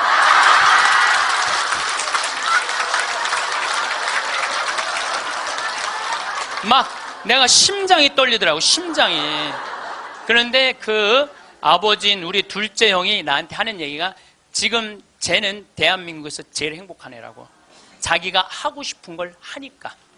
그래서 내가 그 아이를 볼 때마다 너무 기특해갖고 이번 주 토요일 날도 노트라담 파리라는 뮤지컬을 내가 끊어줬어요. 최고 좋은 좌석에 너 가서 보라고. 그러니까 애가 자기가 하고 싶은 걸 하니까 박수를 쳐주고 싶은 거야. 여러분들도 정말 자녀들을 사랑한다면 여러분들이 좋아하는 국영수를 가르치지 말고 국영수를 가르치지 말고 자녀가 좋아하는 걸 찾아줘야 돼요. 그래서 우리는 1등을 해갖고 어딜 들어가야 돼? 서울대학을 들어가야 돼. 이게 행복 공식이야. 돈을 벌으려면은 공부를 잘해야 되고 공부를 잘해서 1등을 하고 1등을 해갖고 서울대학을 들어가야 돼. 근데 여러분들 우리나라 자살률 최고 높은 학교가 어딘 줄 아세요? 아니에요. 카이스트예요. 카이스트 아이들이 요 3년인가 4년 만에 9명이 자살을 했어요. 9명이 자살을 했어요. 공부 잘한다고 행복한 거 아니에요. 공부 잘한다고 하고 싶은 일을 하는 게 행복한 거예요. 서울대학을 들어가야지 행복하고 인생에 성공했다는 이 대한민국 사람들의 머리를 뜯어 고쳐야 된다는 거예요. 그러니까 대한민국 엄마들은 임신을 하면은 내 뱃속에 생명이 들어왔다는 생각 안 한다니까. 임신을 하는 순간 내 뱃속에 서울대학 C가 들어왔다. C. 이 사람으로 안 보여. C로 보여. C로. 그래갖고 그냥 글자 대한민국 대통령 뭐 박근혜 이런 거 써서 읽어주잖아요. 근데 요즘 젊은 엄마들은 내가 요즘 또 알아보니까 한글만 안 가르친대요. 아침에 일어나고 애한테 한다는 소리가 Good morning, my baby. How are you today? 영어로 하는데 영어로. 정신이 나간 거죠. 그래갖고 엄마의 태를 10달 만에 열고 나왔어. 세상이 얼마나 멋있어요. 하늘도 예쁘고 단풍도 예쁘고 구름도 예쁘고.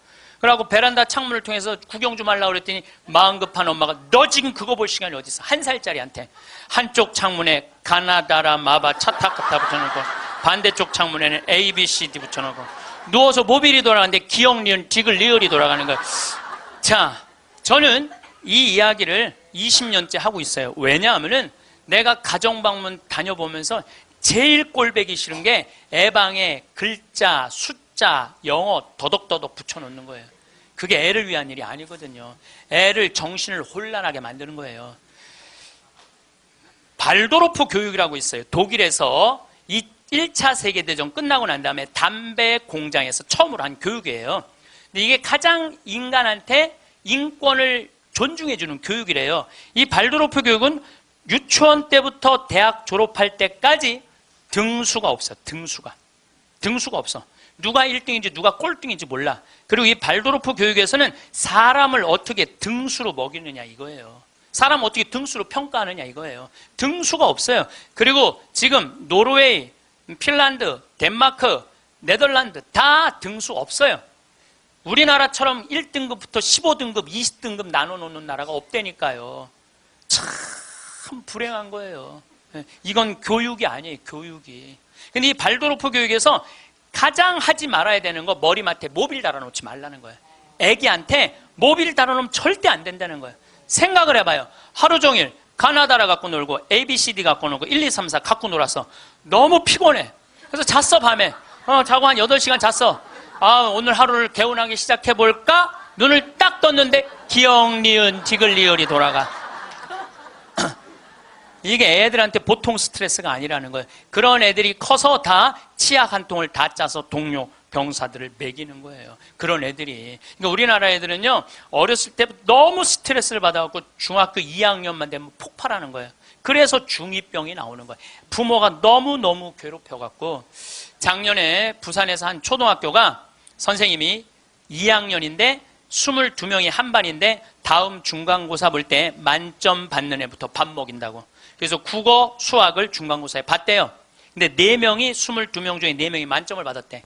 4명한테 그랬대. 니네들 만점 받았으니까 밥 먼저 먹으라고. 그리고 18명한테 니네 시험 못 봤으니까 밥 나중에 먹으라고. 그러고 급식을 성적순으로 한 거죠. 이거 애들한테 갑질 가르치는 거예요. 너 공부 잘하니까 뭐도 먼저 먹어도 돼? 밥도 먼저 먹어. 어렸을 때부터 공부를 잘하면 특권을 누리게 가르치는 거예요. 그래서 갑질이 나오는 거예요. 그래서 어렸을 때 공부 잘하면 밥도 먼저 먹어도 돼. 그러니까 얘네들은 항상 먼저 먹었어. 뭐든지. 그러니까 나중에 무슨 판사, 검사, 국회의원, 장관 돼도 항상 먼저 먹어도 돼. 돈도 먼저 먹어. 뭐든지 먼저 먹어. 남들보다 먼저 먹어. 돈도. 근데 항상 평생을 먼저 먹어갖고 먹었는지 기억도 안 나. 기억도 안 나는 거예요. 기억도 안 나는 거예요. 이게 우리나라 교육에서 잘못된 거예요. 만약에 선생님이 이렇게 교육했다면 얼마나 좋을까요? 18명한테 니네들 시험 못 봤으니까 먼저 밥 먹고 기운 내서 공부 열심히 해. 그리고 4명한테 니네들 양보하면 쟤네들한테 좋을 것 같아. 이랬다면 이 교실 안이 훨씬 화기애애했을 거예요. 만점 맞는 애 먼저 먹으라고 18명 나중에 먹는 애들 시험도 못 봤는데 밥도 나중에 먹으래. 기분 좋을 것 같아요? 나쁠 것 같아요? 기분 나쁘죠. 학교 다니면서 기분 나쁜 거죠. 근데 얘네들은 또 집에서는 독상을 차지할 수 있어. 집에서만은. 그래갖고 집에서 엄마한테 성적 주고 행복하게 밥을 먼저 먹었어. 집에서는. 근데 문제는 엄마예요. 행복하게 밥 먹는 애 한번 쳐다보고 성적표 한번 쳐다보고 행복하게 밥 먹는 애 한번 쳐다보고 성적표 쳐다보다가 해서는 안 될 말을 해요. 야 이놈의 새끼야, 이 성적 받고 밥이 목구멍으로 넘어가냐. 그럼 얘는 할 수 있는 건 딱 하나밖에 없어요. 탈선밖에 할 수 있는 게 없어요. 탈선. 제가 몇 년 전에 우리나라 최고 좋은 특목고등학교 합격한 여학생이 저를 찾아왔어요. 우울증에 걸려갖고. 얘는 우울증에 걸리니까 머리를 안 깎았어요. 허리까지 머리가 나왔어. 근데 얘는 나하고 1시간 동안 면담하는 동안 단 한순간도 고개를 들지 않았어요. 그러니까 팍 고개를 숙이니까 그 긴 머리가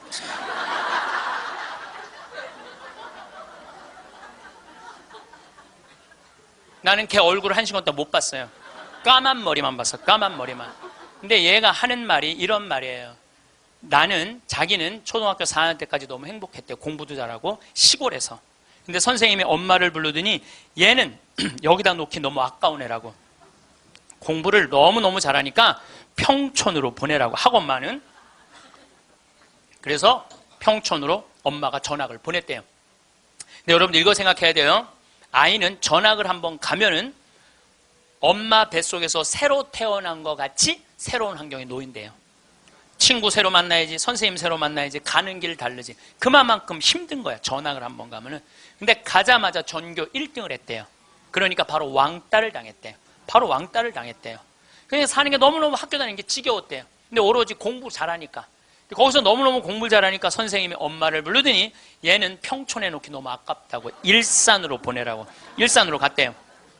중학교 올라가고 일산에서도 공부를 너무 잘한 거야. 그랬더니 선생님이 엄마를 부르더니 얘는 여기다 놓기 너무 아깝다고 강남으로 보내라고. 강남으로 간 거예요. 그래서 우리나라 최고 좋은 특목고등학교 합격을 했어요, 이 아이가. 합격을 했는데 우리는 특목고등학교 3월 달에 들어가는 게 아니고 우리 일반 고등학교는 3월에 가잖아요. 특목고등학교 1월 달에 기숙사에 들어간대요. 그래서 1월, 2월 2달 만에 고등학교 2학년 과정을 다 마친대요. 워낙 똑똑한 애들이니까. 그러니까 걔네들이 다 예일대, 하버드대, 서울대 2학년 때 다 가는 거예요. 3학년 때까지 안 가. 2학년 때 다 가는 거야. 선행학습 하니까. 근데 첫날 공부를 하고 저녁에 양치를 하려고 그랬는데 치약을 안 갖고 왔더래. 그래갖고 한 방이 6명이 있었는데 5명한테 치약을 빌려달라고 그랬더니 치약을 빌려주는 애가 한 명도 없더래요. 안 빌려주더래. 왜 안 빌려줘요? 만약에 내가 치약을 빌려줘갖고 얘가 양치를 잘해갖고 다음날 건강하게 일어나고 공부를 열심히 하면 되겠어요? 안 되겠어요? 내 경쟁자가. 얘네들은 경쟁자로 보이는 거예요. 친구로, 동료로 안 보이는 거예요. 그래갖고 뭐를 해야 돼? 1등을 해야 돼. 그래갖고 뭘 해야 돼? 출세를 해야 돼. 협동, 이해, 양보, 배려, 이런 거 안 배워요. 이런 거 안 배워요. 경쟁, 1등, 출세, 돈, 이걸 배우는 거예요. 얘가 생각을 해보니까 그때 우울증이 온 거예요. 이게 뭐냐. 근데 걔가 나한테 정말로 울부짖으면서 한 얘기가 있어요. 신부님, 나는 내 인생을 돌아봐서 16년 동안 즐거웠던 추억이 하나도 없어요. 공부한 거 외에는 생각나는 게 하나도 없다는 거예요. 토요일 날 일요일 학원만 다녔지 어디 놀러 가봤던 적도 없다는 거예요. 그러니까 추억이 하나도 없는 애들이 특목고 가는 거예요.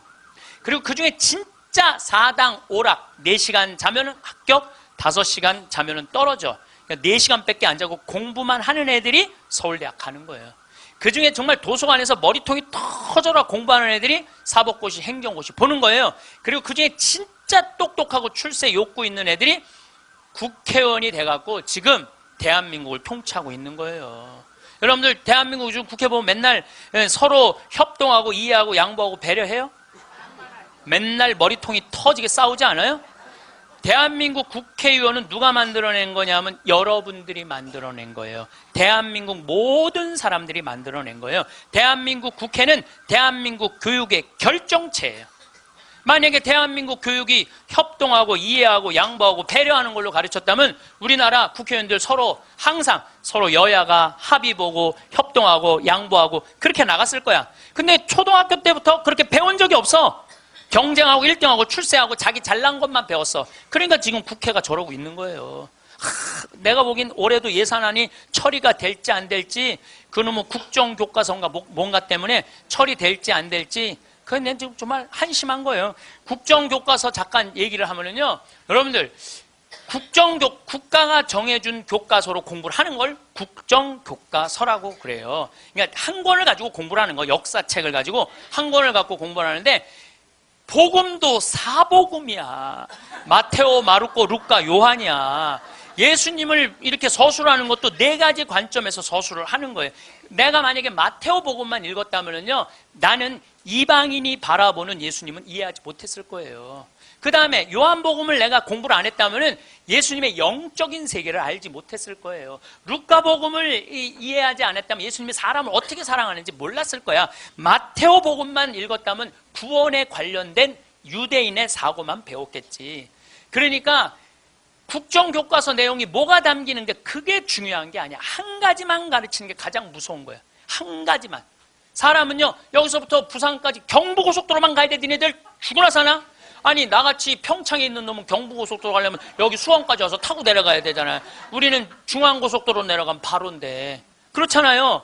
서울서부터 부산까지 가는 건 경부고속도로만 가는 갈 수 있는 길이 얼마든지 있는데 국정교과서, 국가에서 정해주는 것만 애들 배우라는 거예요. 그러니까 이게 답답한 거예요. 그러니까 타협, 양보, 이해, 배려가 생기지가 않는 거예요. 그게 내용이 뭐가 담기는 건 난 모르겠어. 내용이. 그렇지만은 이 자유를 박탈하는 거예요. 자유를. 그러니까 우리나라 아이들은 경쟁 1등 출생, 무슨 교육부 장관인가 뭐 하는 분이 왜 한 가지 애들이 답이 헷갈리면 어떻게 하냐 그래. 답이 헷갈리면. 이게 참.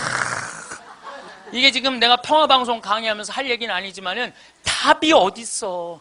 답이, 인생의 답이 어딨어. 자기가 찾아가는 게 답이지. 그러니까 우리는 1등부터 꼴등까지 정해놓고 1등은 훌륭하고 꼴등은 안 훌륭하다. 이거하고 국정교과서 똑같은 거예요. 똑같은 거야.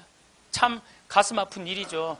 핀란드 유치원하고 우리나라 유치원하고 자전거를 한 대 갖다 놓고 어린이집 놀이터에 이 자전거를 갖고 정말로 얘네들이 잘 노나 실험을 했어요.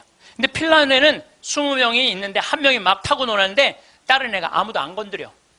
그래서 얘는 또 타고 놀더니 제자리에 갖다 놔. 다음 애가 또 타고 놀아. 그 다음 애가 또 타고 놀아. 그래갖고 20명이 1시간 내에 다 타고 놀았대요. 그런데 우리나라에는 딱 20명이 그 자전거, 새 자전거를 보더니 20명이 매달려갖고 네가 먼저 타내는, 내가 먼저 타내는 싸워갖고 1시간 동안 한 명도 못 탔다는 거예요. 자, 여러분들, 이게 EBS에서 5년 전에 한 실험이에요. EBS에서 5년 전에 한 실험이에요. 똑같은 자전거를 놓고 핀란드 애들은 다 타고 놀았는데 똑같은 자전거를 놓고 우리나라 애들은 한 명도 못 탔어요. 우리나라엔 지금 먹을 재산이 너무너무 많아. 나눌 게 너무너무 많아. 그런데 아무도 못 가죠. 너도 못 갔고 나도 못 갔고. 하늘에서 붕 떠 있어. 천국은 나누느냐 나누지 않느냐로 결정돼요. 천국과 지옥은. 여러분들, 하느님이, 제가 늘 말씀드리잖아요. 하느님이 째째한 분이 아니에요. 천당, 지옥 다 먹을 거 상다리가 부러지게 차려놔. 너무 많이 차려놓으니까 상이 너무 커. 그러니까 젓가락이 저기까지 먹어야 되니까 우리 팔 2배만 해. 전부 다 젓가락이. 천국에 가보니까 살이 다 통통 쪘어. 왜 쪄? 이걸 찝어갖고 저쪽에 있는 애한테 너도 한번 먹어봐. 너도 한번 먹어봐. 너도 한번 먹어. 서로 먹여주는데 지옥은 자기 팔보다 2배 긴 젓가락을 쥐고 저만 먹으려고. 이 자전거하고 이거하고 똑같은 거예요. 우리나라도 지금 똑같아요. 우리나라 정말 돈이 많은 나라인데 다 여유가 생겼는데 아직도 자기 입에만 집어넣으려고 그래. 자기 입에만 집어넣으려고 그러는 거야. 그러니까 협동, 이해, 양보, 배려가요. 미래 세계는 성공할 수 있는 길이에요. 경쟁, 1등, 출세가 성공의 길이 아니에요. 빌 게이츠가 며칠 전에 얘기했잖아요. 미래 세계는 나누는 나라가 경쟁이 있는 나라라고. 나누는 나라가 경쟁이 있는 나라라고. 제가 1년에 도로를 9만 킬로를 다녀요. 내 차로 9만 킬로. 택시 기사들이 1년에 얼마를 뛰느냐면 4만 5천 킬로를 뛰어요. 근데 나는 9만 킬로를, 나는 택시를 했어도 택시 기사들보다 2배 돈을 더 벌었을 거야. 9만 킬로를 뛰니까. 그러니까 하루 중에 보통 도로에서 6시간 정도 있어요. 근데 매일 그렇게 있어요. 그러니까 도로에서 벌어지는 일은 세상 어느 누구보다도 내가 많이 알아요. 오늘도 영동고속도로로 나왔는데 영동고속도로가 4차선이야. 4차선이면은 1차선은 추월 차선이에요. 추월 차선. 추월하면 들어가 줘야 돼요. 추월하면 들어가 줘야 되고 추월하면 들어가 줘야 돼. 왜냐하면 뒤에 바쁜 차들 가라고. 내가 이탈리아를 가보니까 이탈리아는요 1차선이 보통 130에서 140으로 달려요. 추월하는 차들이니까 쫙쫙. 그리고 만약에 100km로 달리는 차들이 있으면은 막 뒤에서 상향등을 막 켜요. 비키라고. 그러면은 막 달리다가도 뒤에서 막 상향등을 켜잖아요. 내가 지금 천천히 가나. 바로 빠져줘요. 내가 그걸 보고 내가 촌놈 유럽 여행기 그 책에도 썼지만은 너무 신기한 거야. 그냥 쉑쉑 가는 거예요. 그리고 바로바로 비켜주고 너무 신기하더라고요. 근데 우리나라는요, 1차선에서 시속 95km로 앞에는 3km가 뻥 뚫려 있어. 그래도 단 한 번도 차선 안 바꿔요. 자기 때문에 뒤에 1km가 꽉 막혀 있는데도 한 번도 차선 안 바꿔요. 오로지 1차선으로만 가. 왜 그런 줄 알아? 우리는 1등에 한이 맺혀갖고 도로도 1차선으로 1등에 한이 맺혀 도로도 1차선으로 가야 돼요. 우리는. 4차선으로 가면은 내가 꼴등하는 기분이 들어요. 4차선. 그래서 여러분들 한번 보세요. 우리나라 이제 4차선 도로를 가보시면은요, 4차선이 텅텅 비일 때가 대부분이에요. 1차선은 꽉 차도. 죽으나 사나 1차선이야. 그러니까 너무 열받으니까 쫓아가갖고 이 야구 방망이로 앞에 앞유리를 깨고 3단봉으로 내리치고 비비총으로 쏘고 서로 양보를 못하는 거예요. 자존심이 상하는 거예요. 아니 자기가 좀 늦으면 2차선으로 가든 3차선으로 가든 4차선으로 가는데 우리는 이게 안 되는 거예요. 그리고 방향 지시등을 켜주는 건 예의야. 뒷사람에 대한 예의야. 그런데 10대 중에 방향 지시등을 켜주는 차들은 3대 내지 4대밖에 안 돼요. 그냥 들어가고 싶으면 들어가고 나가고 싶으면 나가고 자기 하고 싶은 대로 하는 거예요. 서로에 대한 예의가 안 갖춰져 있으니까 매일매일 폭력적인 일이 벌어지는 거예요. 가장 기본적인 걸 안 가르치는 거죠. 가장. 근데 지난번에는 뭐 서울에서 강의가 있어갖고 나오는데 2000쯤 나왔는데 뒤에 앰뷸런스가 내가 봐도 무지하게 급한 것 같아. 달려오는 게 막 상향등에 비상 깜빡이에 뭐 삐우삐우에 정신이 하나도 없는 거예요. 그런데 내가 딱 자리를 비켜줬는데 앞에 10대 중에 내가 쉬어봤어요. 몇 대가 비키나? 딱 3대 비키는 거야. 나머지 7대는 그냥 가는 거야. 그러니까 너무너무 급하니까 지가 막 2차선, 3차선을 막 가더라고요. 그 앰뷸런스가. 그만큼 남에 대한 배려가 없는 거예요. 내가 아니 왜 저 바쁜 차로만 딱 비켜. 미국이나 캐나다는요, 앰뷸런스나 경찰차가 소방관차가 딱 하잖아요. 모든 차는 양쪽 쫙 갈라져요. 그리고 아예 서버려. 그 차 가라고. 그게 기본적인 배려예요. 배려. 근데 우리는 왜 안 비키냐 그랬더니 그런 심리가 있대요. 저 안에 아무도 없을 거야. 지가 바빠서 저거 키고 가는 걸 거야. 이런 심리가 있대요. 참 얼마나 우리가 지금 기본이 안 돼 있는 이게 지금 우리의 문화 안에 있는지 몰라요. 지난 1월 달에 제가 괌에 강의를 갔어요. 괌에 강의를 갔는데 저녁에 나하고 같이 간 신부님이 시내 구경 나가자고 해서 나갔어요. 근데 건널목을 건널라고 그랬는데 2걸음을 걷는데 빨간불이 딱 켜졌어.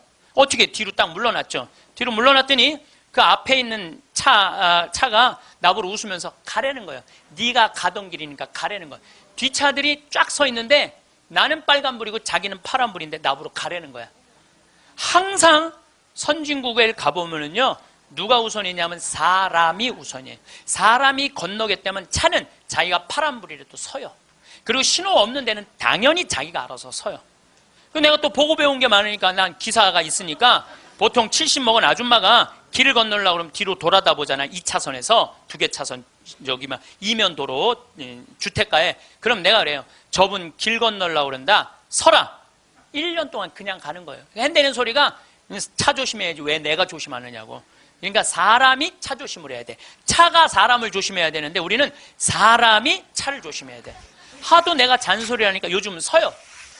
딱 우리가 서갖고 웃으면서 가라고. 그럼 70 먹은 아줌마가 느닷없이 우리가 쓰잖아요. 웃으면서 가라고 그러잖아요. 그럼 70 먹은 아줌마가 우리 차를 보고 표정이 이런 표정이야. 진짜 가도 돼? 이런 표정이야. 진짜 가도 돼? 이런 표정.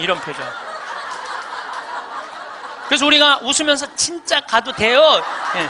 그럼 그때서 웃으면서 건너가요. 그러니까 자기를 위해서 차가 서준다는 건 상상을 못하는 거죠. 자기를 위해서 차가 서준다는 거는. 제가 지난번에 원주 국토관리청에서 강의가 있었어요. 원주 국토관리청에서 강의가 가깝잖아요. 내가 운전하고 나갔어요. 운전하고 나갔는데 치악체육관에서 강의 끝나고 돌아오는데 치악체육관에서 가는데 도로 한가운데 젊은이가 라켓 2개를 뒤에다가 메고 가운데 갇힌 거야. 걔네들이 갇혀 있는데 차들이 싱싱 달리더라고. 건널목 한가운데 갇혀 있는데. 그래서 내가 차를 딱 세웠어요. 내가 쓰니까 뒷차들도 다 섰죠. 한 개 차선이니까 다 서갖고 내가 쓰면서 웃으면서 건너가라고. 그랬더니 젊은이 둘이서 날 보고 하는 표정이 진짜 가도 돼? 이런 표정이. 진짜 가도 돼? 그래서 내가 진짜 가도 돼.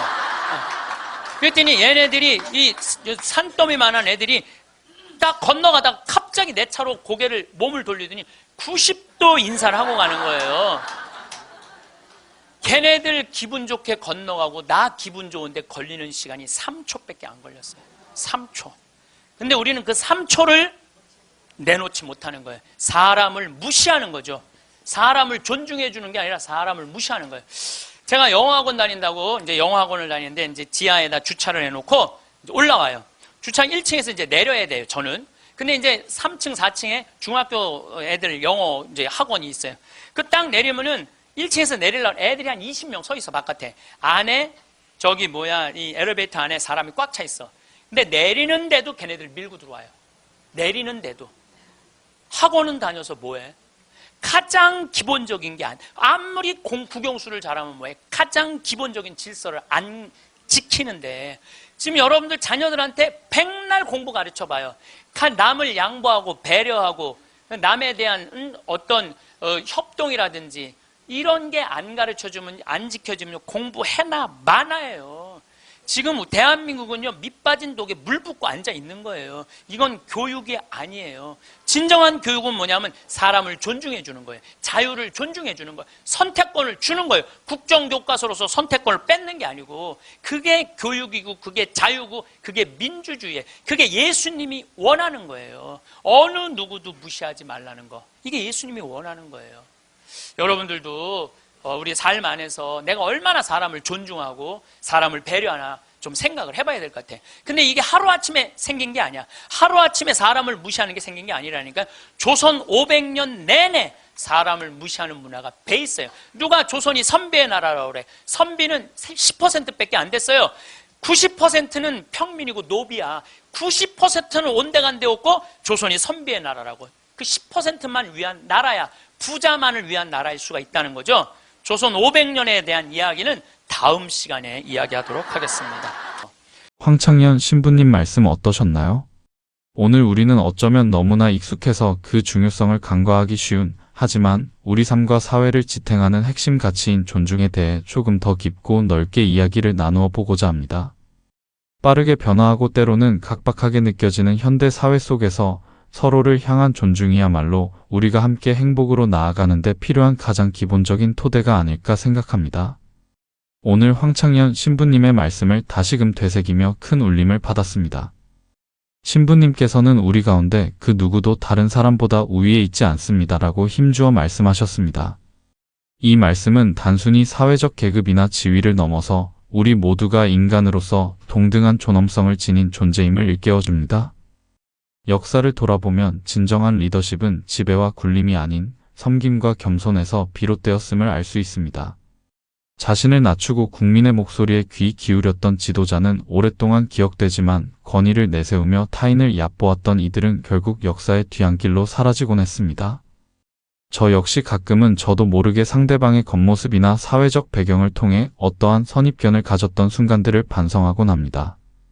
우리 안에 이러한 무의식적인 편견을 걷어내고 모든 사람을 그 자체로 귀하게 여기려는 의식적인 노력이 참으로 중요하다고 느낍니다.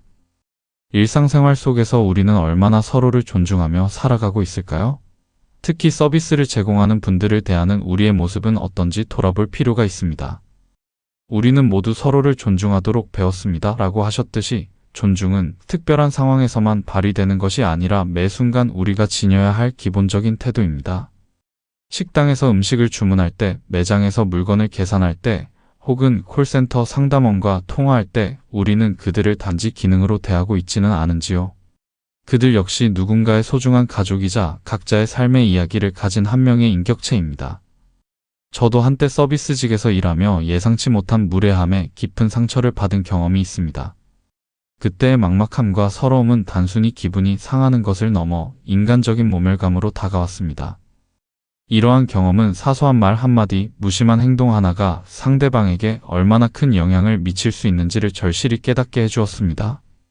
감정 노동이라는 말이 생겨날 정도로 타인의 감정을 배려하며 일하는 분들의 노고를 우리가 더 깊이 헤아릴 필요가 있습니다. 따뜻한 미소와 감사합니다, 수고하십니다 라는 말 한마디가 그분들에게는 큰 위로와 힘이 될 수 있다는 것을 기억했으면 합니다.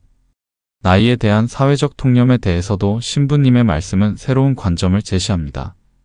유엔의 연령 구분을 언급하시며 65세에도 여전히 청년의 마음으로 도전하고 배우는 삶의 중요성을 강조하신 부분이 특히 인상적이었습니다. 우리는 종종 나이는 숫자에 불과하다고 말하지만 실제로는 나이라는 틀에 스스로를 가두거나 타인을 체단하곤 합니다.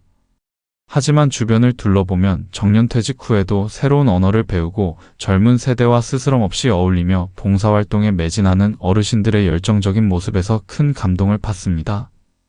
이러한 모습은 살아있는 지혜 그 자체이며 우리 사회 전체에 긍정적인 에너지를 불어넣습니다. 세대 간의 존중은 단지 연장자를 공경하는 것뿐만 아니라 젊은 세대의 가능성을 인정하고 그들의 목소리에 귀 기울이는 양방향의 소통을 통해 이루어진다고 생각합니다. 각 세대가 가진 경험과 지혜, 그리고 새로운 시각이 조화롭게 어우러질 때 우리 사회는 더욱 풍요로워질 것입니다. 타인의 입장을 헤아리는 공감 능력은 존중의 핵심 요소입니다. 소설 앵무새 죽이기에서 변호사 애티커스 핀치가 딸에게 그 사람의 입장이 되어 피부 속으로 들어가 걸어보기 전까지는 그 사람을 진정으로 이해할 수 없다고 말한 것처럼 진정한 이해는 상대방의 시선으로 세상을 바라보려는 노력에서 시작됩니다.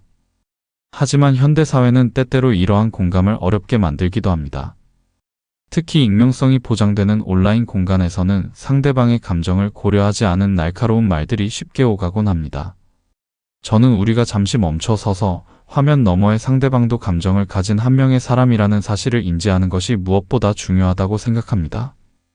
다른 의견을 가진 사람과 토론할 때도 상대방의 주장을 무조건 깎아내리기보다는 그 주장이 나오게 된 배경과 생각을 이해하려는 열린 마음이 필요합니다.